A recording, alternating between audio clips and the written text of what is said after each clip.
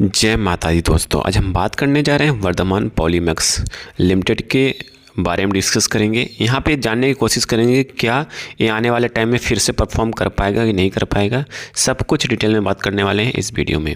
चलिए video continue करने से पहले मैं आपको बता दूं, कहीं आप हमारे चैनल पर पहली बार विजिट किए हैं तो ज़रूर सब्सक्राइब करिएगा लेटेस्ट और जेन्युइन इन्फॉर्मेशन पाने के लिए।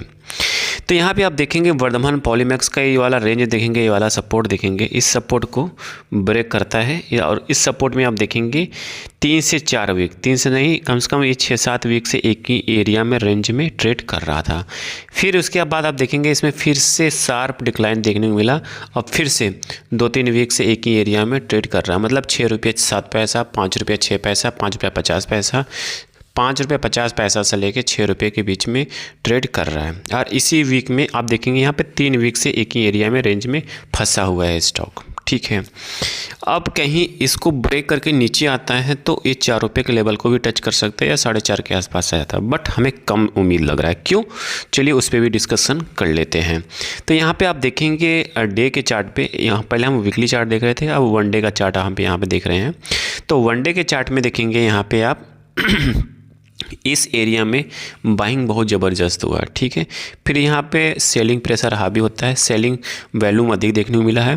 फिर इसके बाद यहाँ पे वैल्यूम हाई होता है, फिर उसके बाद धीरे धीरे यहाँ पे सेलिंग वाला जो वैल्यूम है कम होता हुआ दिखाई दे रहा है। जी हाँ, ठीक है। और यहाँ पे आप देखेंगे ये वाला जो रेंज है, ये वाला, ठीक है, 6.5 रुपये वाला रेंज जो देख रहे हैं आप, कहीं इसको ब्रेक करके कहीं ऊपर जाता है तो नो डाउट फिर से ये 8 रुपये के रेंज के लिए जा सकता है और फिर 8 रुपये के सपोर्ट के लेवल को फिर आसपास ट्रेड कर सकता है। जी हाँ, कहीं इसको ब्रेक करता है, मतलब 5 रुपये 6 रुपये का जो ये वाला लेवल है, 5 रुपये 50 पैसे के लेवल है, इसको कहीं ब्रेक करता है तो और नीचे जा सकता है, बट अभी मुझे कम उम्मीद है। और दूसरा कि कहीं मार्केट का सेंटीमेंट निगेटिव होगा आने वाले टाइम में तो इसमें कुछ भी हो सकता है और नीचे डाउन ट्रेंड के साथ जा सकता है। कहीं मार्केट में पॉजिटिव ट्रेंड रहेगा तो मे भी फिर से ऊपर तेज़ी देखने को मिल सकता है। ठीक है, ये रहा चार्ट की बात।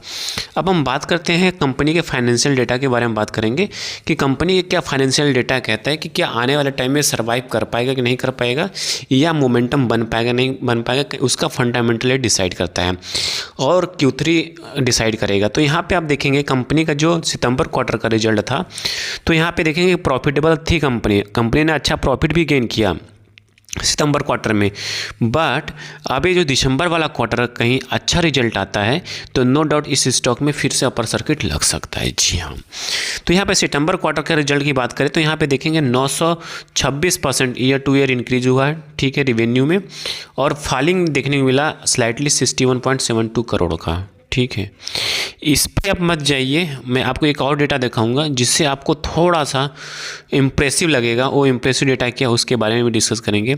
और जून क्वार्टर की बात करें तो यहाँ पे 0.19 करोड़ का सिग्निफिकेंट लोअर देखने को मिला था। जी हाँ,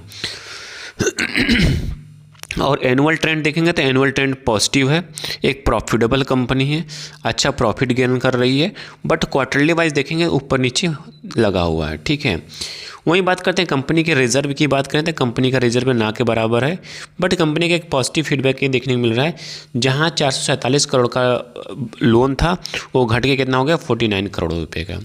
यहीं दिसंबर क्वार्टर में कहीं लोन ना के बराबर ख़त्म हो जाता है तो इस स्टॉक के लिए बहुत ज़बरदस्त न्यूज़ होने वाला है और अच्छा खासा मोमेंटम देखने को मिल सकता है। तो इस क्वार्टर का रिजल्ट को वेट करिए और इस स्टॉक को अपने रडार पर रखिए, तो मे भी इसमें कुछ नया हो जाए। ठीक है, तो फिर बात करते हैं कंपनी के सेल्स ग्रोथ की। बात किया जाए तो कंपनी का सेल्स ग्रोथ उतना इम्प्रेसिव नहीं है, बट देखें कभी 81 करोड़ का मुनाफा होता है तो कभी 59 का, अब 61 के सितंबर क्वार्टर में हुआ था। और वहीं हम बात करते हैं दिसंबर क्वार्टर में कहीं मुनाफा 80 के आसपास चला जाता है या 70 से ऊपर चला जाता है तो नो डाउट फिर से इसमें तेज़ी बन सकती है इस स्टॉक में। ठीक है, तो कंपनी का सेल्स रेवेन्यू ठीक है कांस्टेंट है, कभी ऊपर तो कभी नीचे। ठीक है, और नेट प्रॉफिट भी देखेंगे कंपनी प्रॉफिटेबल है, कोई माइनस फीडबैक नहीं है। ठीक है, मतलब कंपनी अपने पैसा अर्न करके दे रही है, मतलब कुछ ना कुछ पैसा कमा के दे रही है। और ईपीएस की बात करें तो जहाँ पे अर्निंग अच्छा होगा तो ईपीएस ऑटोमेटिक अच्छा हो जाएगा। तो ऑल ओवर देखा जाए एक पैनिक स्टॉक है, इस पैनिक स्टॉक को कब मोमेंटम देता है दो ही कंडीशन है यहाँ पे।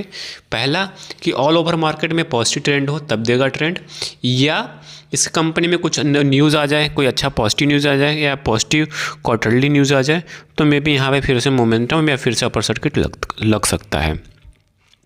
डिस्क्लेमर के रूप में यहाँ पे कोई बाय सेल का रिकमेंडेशंस नहीं है, जस्ट एजुकेशन पर्पस इन्फॉर्मेशन को शेयर किया जा रहा है। Thank you for watching this video.